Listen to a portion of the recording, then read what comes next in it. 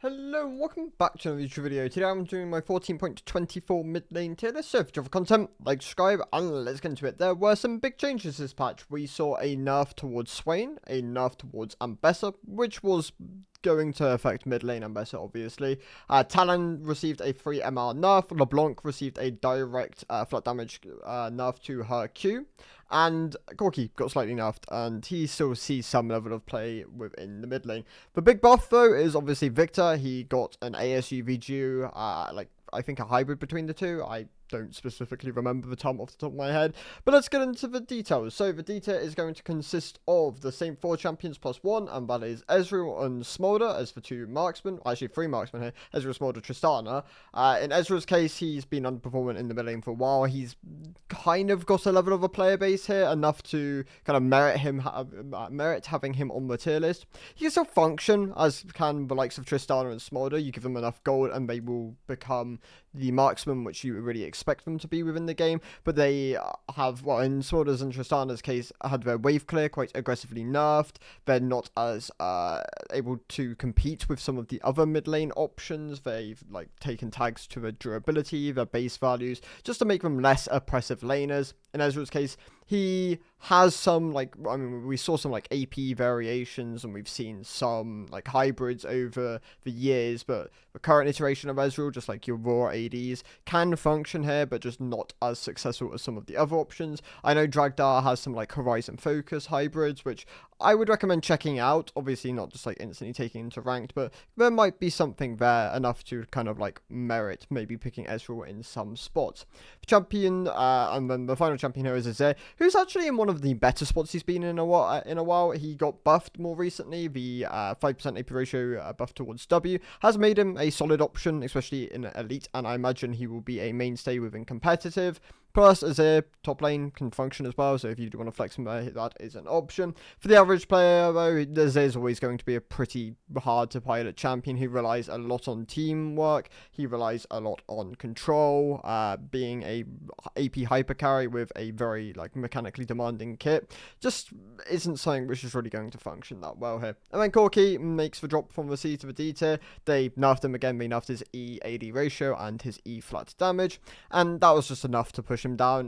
Corki mid, I imagine long term, won't really be supported as much as Corki bot. They want to move him out of the mid lane, primarily on a competitive basis. The changes he has received more recently, though, have definitely put him more bot lane skewed, which is good. I believe it is more healthy for the champion. Obviously, he is still very oppressive early on to the game. That is where you really have to abuse his strengths. But in the mid lane, where levels mean a lot more, he's going to be outscaled by some of the options there considerably more faster, and yeah, in the bot lane you can abuse that early power, kind of akin to a Draven, a bit longer.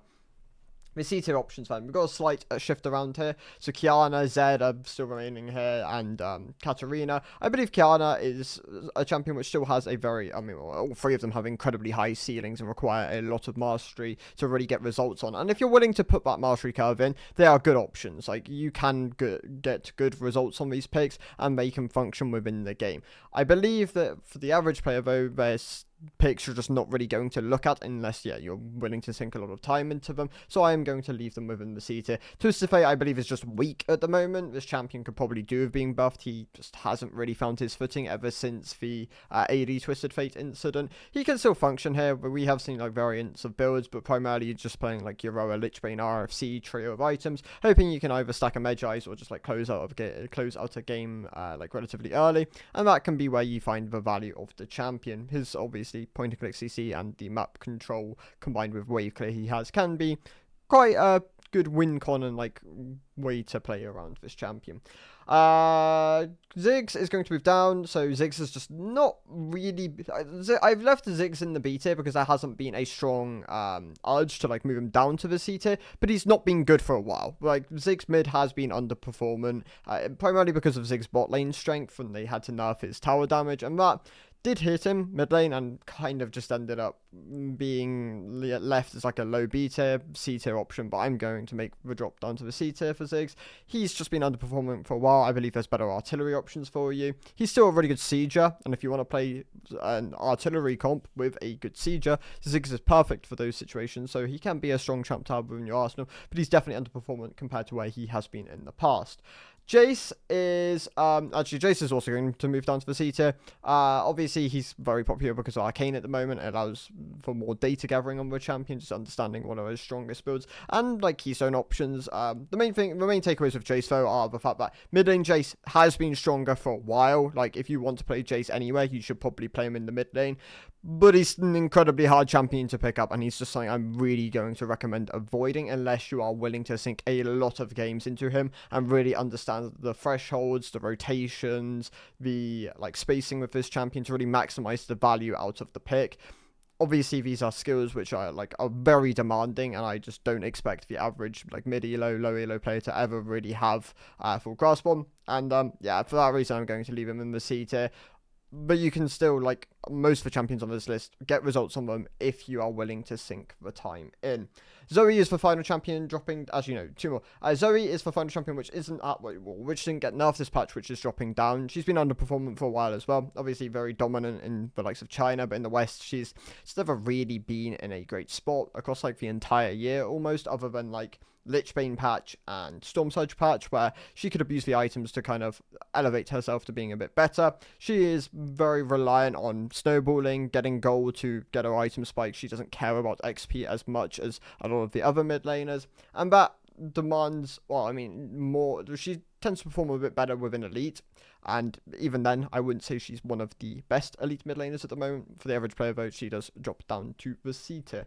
LeBlanc also makes the drop down to the C tier. She got nerfed this patch, and I was already kind of leaning towards moving LeBlanc down. For the average player, she is also very, very demanding, very much reliant on snowballing, finding angles, utilizing her aggressive AP ratios and like combos to find the wins which this champion can enable. Obviously, she can act as two things, either just a full-on assassin or like a harass mage, where you're Wing and you're Qing, you're Eing, and then you just W back, and that can be like a fallback pattern of the champion.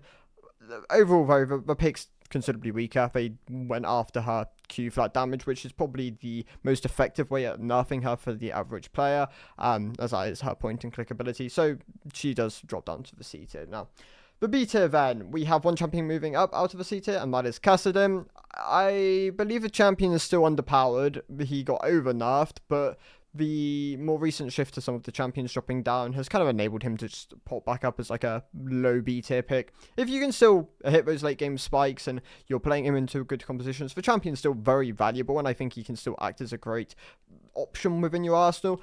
As a like main kind of pick he will struggle into a lot of things, and I think with the nerf to his AP ratios, which he received more recently, he just isn't quite there as like a main pick at the moment, but he can still definitely function within the game, especially into some of the AP matchups and even some of the AD matchups. If you take the right rune set, he can still play into them. Annie is a low B tier pick. She could also be pretty much considered a C tier pick in her current state. She has kind of lost the Annie, and like throughout League of Legends for the most part, has always been deemed the easy champion to play. Like if you're starting mid lane, you should play Annie. But as kits have kind of moved around and like other champions have either become easier or in Annie's case, become a bit harder to play, she just isn't quite that pick anymore. I think she is still very valuable for like her point and click CSing combined with her point and click CC, and Tibbers can be is an incredibly valuable summon. But piloting Tib as well, utilizing your full combo effectively, wave management, utilizing E to reflect damage has kind of just meant that she's got a bit higher of a skill ceiling than people kind of just like at the base level like observe. And I think over time she's definitely suffered from that, and she does sit as like a B tier option at the moment because she is slightly underpowered. Obviously, we also did see that like Annie in the past had some like build variants where you were playing like burn variants of Annie where you play into Tibbers and like make sure he's like really oppressive within fights, or you just play full burst with like your Ludens and your Storm Surge variants. There still is a level of build kind of variations which can enable her to play in certain games, but I do think she is slightly underpowered at the moment, just outright. So yeah, she does sit towards the low end of the B tier, close to C tier. Yone remains as a B tier option. He's obviously very hard to pilot. He did get nerfed more, I say more recently, like within the last 5 patches, where they went after his W damage, and that does affect him. Actually, was it W damage or shield? It was one of them. And that did affect him, combined with Bork being quite aggressively nerfed. He has kind of lost that, he's just lost damage in his kit, and that is unfortunate for him. If you go other options, you're losing that sustain through having a Vampiric Scepter and then the full Bork item, and he's just, yeah, dropped down a bit, so he does sit within the B tier at the moment. Morgana also sits from the B tier. Her main problem is her inconsistency. I mention it all the time. That is the one thing which really prohibits Morgana from being a higher pick. If her Q was guaranteed, or more than often not going to hit, then she would be a very valuable pick. I still think she has more value into compositions where your ult and E become real abilities, because into certain compositions you just can't really access them that easily, whether that's because enemy team doesn't have great like CC tools for you to block, or they don't really play into your ult range, and that can be very punishing for this champion. So if you find the spots, Morgana can be a good pick. I still think she sits as a B tier pick, though, primarily because of her inconsistency. Yasuo also sits in the B tier. He can sit next to Yone. Obviously suffered from Bork being nerfed, but had the buff to his ult, a crit ratio, crit damage, crit pen ratio, I believe it was.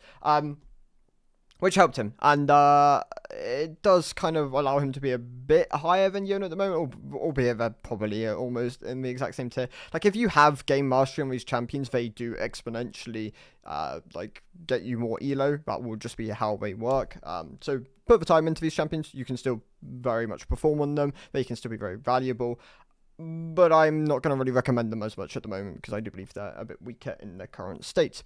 Vladimir sits as a B-tier champion. He can still be an incredible carry within the mid lane, can output a huge amount of damage, and can really spike on like 1, 2, 3 items. He is a bit harder to pilot though at the moment, and I do think that kind of prohibits him from being in the higher tiers, so I'm going to leave him as a B-tier option. Tana got nerfed this patch. 3 MR was lost. He goes from being a high mid B tier option to more like a mid low B tier option. I still think he is a great AD assassin within the mid lane, one of the best options, especially if you like that kind of playstyle. But there are easier ones to pilot for sure. I would say like Neferi and like Pantheon. If you consider Pantheon an assassin, he's more like a skirmisher, but can kind of fill the archetype of what you want within the mid lane. Orianna still remains as a B-tier option. I believe she's a bit harder to pilot than some of the other picks. Not quite as, a bit harder to pilot than the likes of Syndra, and I believe she really heavily leans into team play and like control and lane oppressiveness, where you can like where you're really like utilizing your ball to create space and manipulating how people move around the wave. And I think those are all quite hard skills to really master, so I do have her in the B tier at the moment. If her numbers are higher though, she does rise, so she isn't a locked B tier pick, and if you put the games in once again, she can be really valuable. Fizz is a good counter pick into specific options with a lack of mobility. The obvious ones which come to mind are like your Syndras, your ASOLs. He can really shine in those matchups, and that is where I'd really recommend learning the champion. Obviously, he's not necessary. You can pick other things into these champions and still find success. But if you are a high mastery Fizz, or you'll enjoy the champion, he can be really valuable in those spots. Akali and Sylas are the 2 champions which remain in the B tier. In Akali's case, I think she is a high B tier option. There is build variety in the tank variant at the moment. I really do believe Deadman's Abyssal could honestly probably encroach the S tier. So look for what you need within the game, and she can be valuable, so I think she sits at the high end of the B tier. Sylas' case, for nerf he received more recently to his health growth did hurt him, combined with the fact that he is conditional and can really be punished by a lot of the mid lane options. I do think he sits as more like a beta option now, but he can really shine into compositions with good ultimates where you can still maybe like a Malphite ult or an Alistar ult. He can be really valuable in those spots, so I do also think he can be merited as a high B tier option. And Bessa drops all the way down to the B tier from the S tier. She was incredibly overpowered as a mid lane option last patch. The W shield gave her such a good full failsafe, where if you messed up your combo or you poorly executed it, you had so much more additional durability. The nerf to that ability has really hurt her, especially in average and low MMRs, so she does drop quite aggressively here. In higher elo, and if you put a little margin into the champion, she can still be incredibly valuable, so I do think she does have that going for her, but she did get nerfed really hard this patch, and she does drop all the way from the S tier to the B tier. So the A tier champions then, we do have the A tier is almost exactly the same as it was last patch. The likes of Teemo, I still have as a low A/high B tier pick. I know there are a lot of people which really dislike the premise of Teemo mid. I think it is a solid option. The lower down you go, the more he can really shine as a champion. Just playing around shrooms, playing around a lack of vision, just throwing them around objectives can net you kills, net you a huge amount of damage, and like really turn the fights. He can act as a lane bully. He can also just sit back, stream a wave, utilize his range to kind of like CS. People won't exploit you as much as when you're just CSing on the tower. And I do think all these things just merit him as being a solid mid lane option. I know lots of people just instantly go to like a Syndra matchup, for example, or an Orianna matchup where these specific mages can like outrange him and harass him. But oftentimes you can dodge the skill shot. You're quite a mobile pick. You can sit relatively far back under tower. You can do other things. You don't need to just sit there and tank them. So I do really encourage trying it. It's not going to be like the best thing in the game. I have him in the A tier for a reason, but I think there is definitely strength to this champion. You can definitely find the angles to play him and find success. Syndra is in the A tier. This champion still is an incredible burst mage. She can really exploit like her really powerful laning phase. She can be quite oppressive into specific matchups. Her EQ is incredibly powerful long range CC. Her R is a great burst tool. I do believe she's harder to pilot, so she is and requires a bit more like spacing knowledge, and that can I'd say prohibit her from being higher up, but I still think she is an incredible pick at the moment, so she does sit in the A tier in her current state.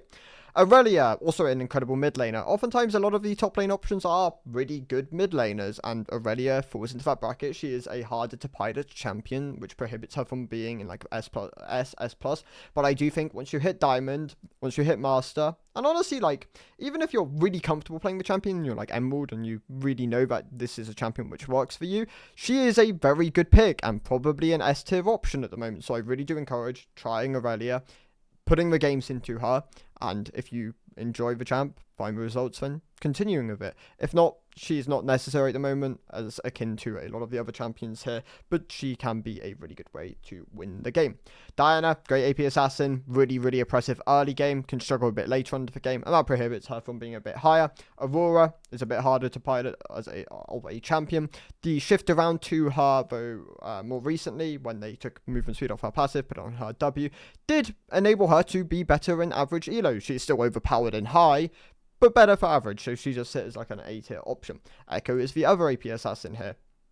Obviously, people are going to play him because of Arcane, and he's a good mid lane option. He can be quite oppressive if you're opting into things like Hail of Blades and you're really playing around your laning phase, but he can scale quite well. He can be quite obnoxious within a lot of fights. Ult can give him a good safety net, and I think that really can merit him as a pretty valuable pick, so I do have him in the A tier at the moment. Lissandra more of a counter pick. She can really comfortably neutralize most assassins. She does output a lot of damage. They have buffed her base damage considerably, and her ultimate is a very powerful tool, so I do believe she sits as a very solid A tier option. Your artillery options are like your Vel'Koz's and your Zeref's. I believe Vel'Koz is kind of hidden OP at the moment, but you do want to put some games into him. The most recent buffs he received were very nice.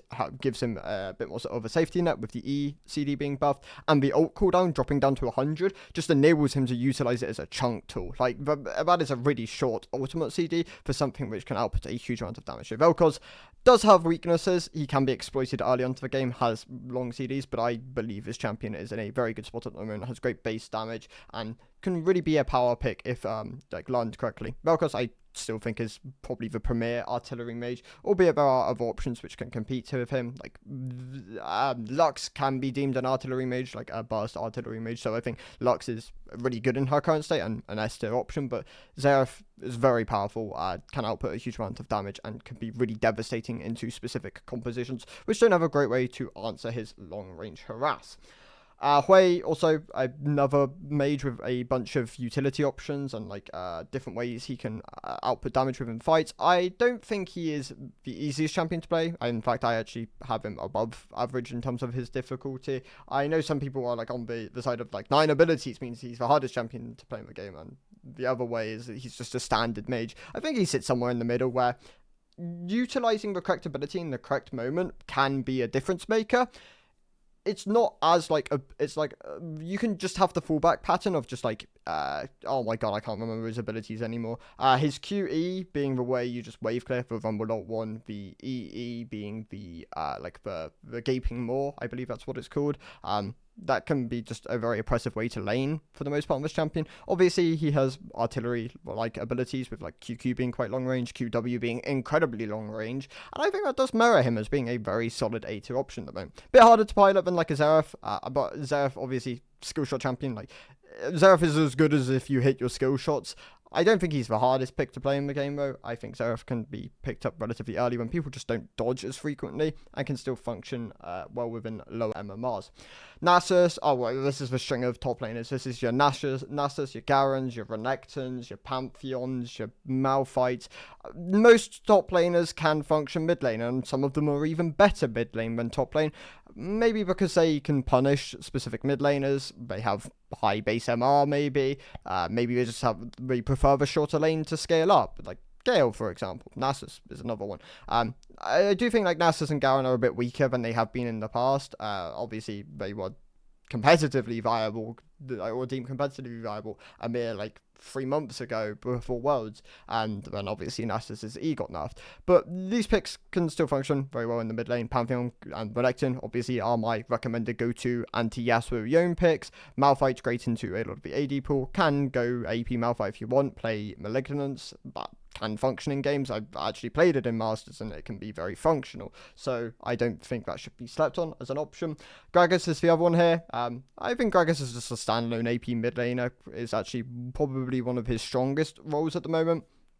Tank Gragas in top tends to be utilized as more of a neutralizer. AP Gragas mid tends to be played as more of a burst mage. I think it sits as more like a mid to low A tier option than like a high A tier option, but I still think he's a very good pick at the moment. Talia has I don't want to say being she has to an extent been simplified over time. That is just true, but the way they've changed her abilities.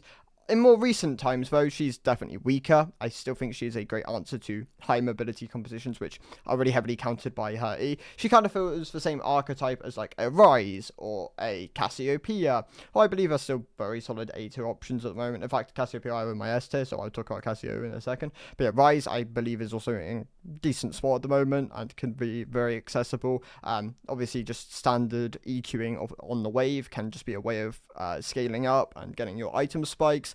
But you can trade back, utilizing autos, W and Q, just like harassment in lane can just be quite an effective tool on this champion. And he's really good into short range and just not when the champions just don't have great ways of accessibly getting onto him. Heimerdinger sits as a good A tier pick. He's actually seen a bit of a play rate increase and he maintains relatively similar numbers. I think he has great wave clear, he has good burst damage. If you've watched the I want to say NNO versus T1 game more recently, because that will be something some of the people who watched this video might have watched. You will see the power of the Heimerdinger. It was pretty amusing to watch. But yeah, this champion I think is kind of slept on at the moment. Has a good amount of burst damage in this kit, has good wave clear, and is a pretty good pick in the current state of the game. Nico is more of a lane bully in her current state, but I still think she is quite valuable. Her ultimate is one of the most powerful within the game. If you can land a 5-man ultimate, it can change the outcome of fights. Kind of akin to like a Fiddlestick Salt. Obviously, she's hard to pilot in terms of her W can be the main like skill difference on this champion, and how you effectively gank lanes, roam with this ability, use it to block skill shots can be the real difference maker. Cho'Gath, I should probably just group with the other top laners, is still a really good mid laner. There are not as great AP options accessible to him at the moment. We've seen like Roa and Protobelt variants, and even some like full movement speed variants with like Chevaliers. I know Kerberos plays that, and there are some mid lane Cho'Gaths which do play that variant, and I think it can work quite well. So I do have him as a solid A tier option. I mean, once again, he kind of sits in line with like the AP tank like picks, which can perform quite well here. You can add like Sion here, for example, as well. Like I think Sion can work as a good mid laner. Especially with like how strong Sion's laning phase can be, and people really don't perceive him as a good laner. That is like one of the difference makers. It's just like watch a Bwipo stream and just see how abusive Sion can be against some of the opponents. It can be like night and day between like some like a low elo and a like Bwipo playing Sion. So yeah, definitely recommend checking that out. Aesol sits in the A tier. He's a bit weaker at the moment. You can definitely feel it. Like the nerfs towards his damage have just meant that he can no longer as consistently compete with some of the other mid lane options, especially early on. Like Aesol is a pretty weak early game champion, but once you have access to like your level 9, your like your first big ultimate, that's where he really like starts to shine as a champion. So if you play for those breakpoints, you should still be able to find the value in this champion. Brand I still have in the A tier. He has been nerfed, like chip nerfs, like over like the end of season 14. Like things nerfs towards his E, nerfs towards his mana on like his Q and his like overall mana growth. I have just taken him down from the S tier to the A tier, albeit I still think he is a great introductory mage to the mid lane. He sits next to something like a Malzahar, who is very, very close to being put in the S tier. Like I really want to, but I don't think there's quite enough merit to putting him up at the moment. I think Malzahar is an incredibly dominant low elo pick, and if you're looking for an introductory mage, then yeah, these are my 2 recommendations. Because they're relatively easy to play. Trivialized laning phase, which I think is a very which could be quite a hard thing for some people to like really learn, and they have pretty powerful kits and can output a huge amount of DPS. So yeah, that is the strength of these champions. Action I will probably actually just put towards the low end of the A tier now, but it's good to see some people moved over to the static build, which is his most performant. Like that is probably how you should just play Action as standard. But he's slightly underperforming and he's harder to pilot, and I think that prohibits him from being like a high A tier pick at the moment, especially in mid elo. I think his numbers are quite high, and I think yeah, the item build can like really attribute to like making him a stronger pick at the moment, but he just isn't quite there in his current state. Vex is a great counter pick, primarily played into like Yasuo Yone's high mobility champions, where she can cycle her passive. She can act as a like CDR mage, a burst mage. I do think she falls off quite aggressively though if you're not snowballing, so that is just something you have to be cognitive of. Swain drops down to the A tier. The nerf to his armor and armor growth did hurt him. He went from being an S plus pick to an A tier pick. He's the thing with Swain is armor and armor growth is going to be more on a champion which infinitely stacks HP than other picks within the game, because if you want to hit, like if you have a high HP pool, you want armor, you want magic resist to go alongside it. Vice versa as well. Like if you have a lot of armor, magic resist baseline, you do want HP. And so in Swain's case, yeah, it was enough to push him down to the A tier. He's still a great pick into short range compositions, which don't really have great tools to shut him down. Like once he has activated his ultimate, and the ability, like the close range abilities, can like really effectively like be powerful within the game. That is where Swain really shines. Combined with some of the keystone options like Summon Area and Conqueror can both be very viable in like different games, and it really comes down to what you need within those situations. Neferi wraps up the A tier. She is probably the premier AD option within the mid lane now for low elo. She is easy to play. She is a stats checking assassin, kind of unique in that aspect, and that is why I do kind of recommend her. Other than that though, you should probably be playing like your Pantheons, Renekton's into specific matchups. Action can still be a fine option, and like Yone Yasuo is just going to be mainstays within the mid lane. Like you are going to probably play them even if you don't have the mastery, because you enjoy them, but if you do, then they can get you the results. Other than that though, play Neferi if you want an AD option. She can work into a lot of the pool at the moment. Anyway, the S tier then. So I'm going to leave with Victor. So I want to talk a bit about Victor. So I had Victor last patch in my B tier. I think he was a high B tier, low A tier option. I still stand by that. I don't, that doesn't, my opinion hasn't changed there.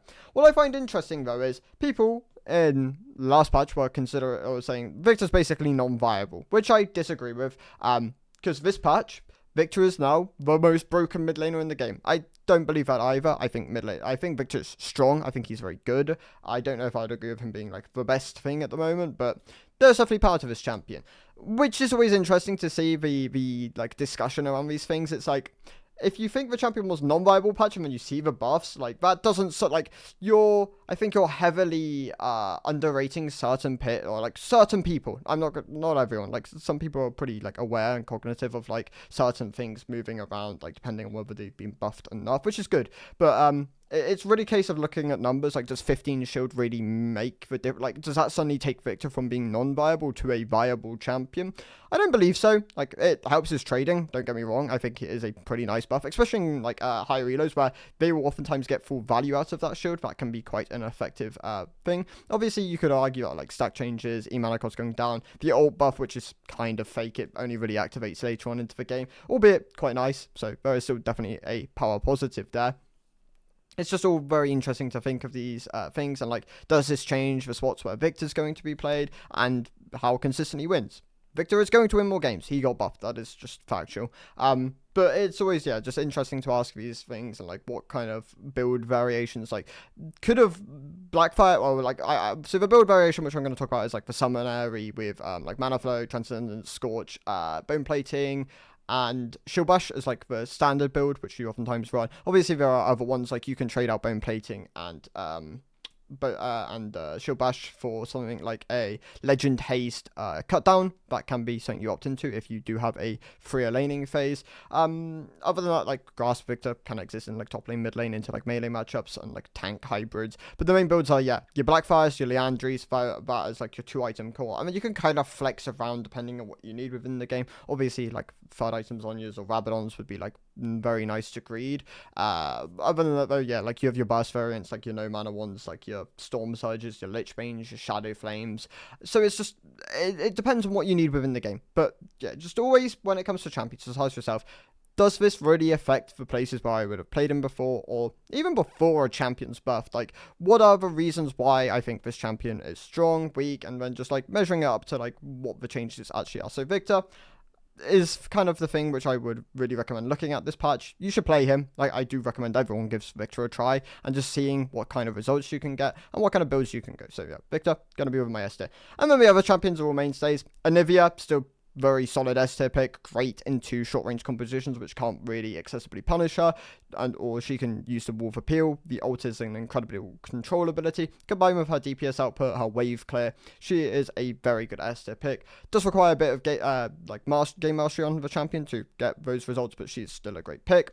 Lux is a bit easier of a burst and artillery mage. She has basically non-dodgeable skill shots. Obviously, you will miss skill shots, that happens. But the amount of damage she can output, especially when snowballing, like Lux is a very, very dependent on snowballing champion. You have to be getting early kills, you have to be greeding gold, otherwise this champion loses a huge amount of value. But you can ult waves, you can eat like just combo waves to make sure you're able to roam onto sides, or you're able to gain control of the game. So Lux is an incredibly powerful pick at the moment. Galio is a bit easier. Galio and actually Veigar, I would say, are the two easy picks within the S tier. Like Veigar is just a stacking mage with a very powerful a powerful E ability, which can like you'd be used as a catch or a self-peel. That combined with his burst damage and yeah, his scaling, his durability in certain builds, can make him a pretty solid mid laner. He is going to be weaker early on into the game compared to some of the other mages, but he will scale up pretty quickly if you're constantly landing skill shots and just getting access to the gold he really needs to be effective. Galio is a great anti-AP option, and when mid lane is primarily going to be played by like with AP champions other than like your Yasuos and Yones, which are like I want to say 2-3 for most common mid laners. I believe it goes Victor, Yas, Yone. Then Galio can struggle into those ones, but he can also still play into them, like especially in lower elo where people won't pilot like Yasuo and Yone as well. He can still be a very effective pick in those games. So yeah, I would really recommend learning Galio at the moment. I think Galio is a pretty necessary pick in its current state. Cassiopeia is relatively similar to Anivia, great into short-range compositions, which can't excessively punish her, where she can utilize her kiting and her self-build tools to really deal an effective amount of DPS. She will struggle into artillery, that is with, like, akin to, like, your Rises, your Anivias. So, yeah, that is just something to be cognitive of. And then Ahri. I believe Ahri is one of the top 5 most common mid laners at the moment, and it makes sense. She's in a good spot in her current state. I would say, like, Ahri and Victor are like your go-to AP mages if that is the thing you enjoy within the mid lane. Other than that, though, there are some easier options, some counter picks sprinkled in there, and I think the S tier gives you a pretty good like amount of variance in terms of what you might need within the game. The lack of AD does kind of like force you to look elsewhere in terms of what you might need, whether you have to adapt and like Lana, Yone, Yas, whether you pick something a bit easier, whether you kind of utilize AD as a counter pick, whether you're just picking like an Neferi, for example, can all be something to be quite aware of. But yeah, those are my thoughts on the mid lane tier list. So thank you guys for watching. I'll see you in the next one. Goodbye.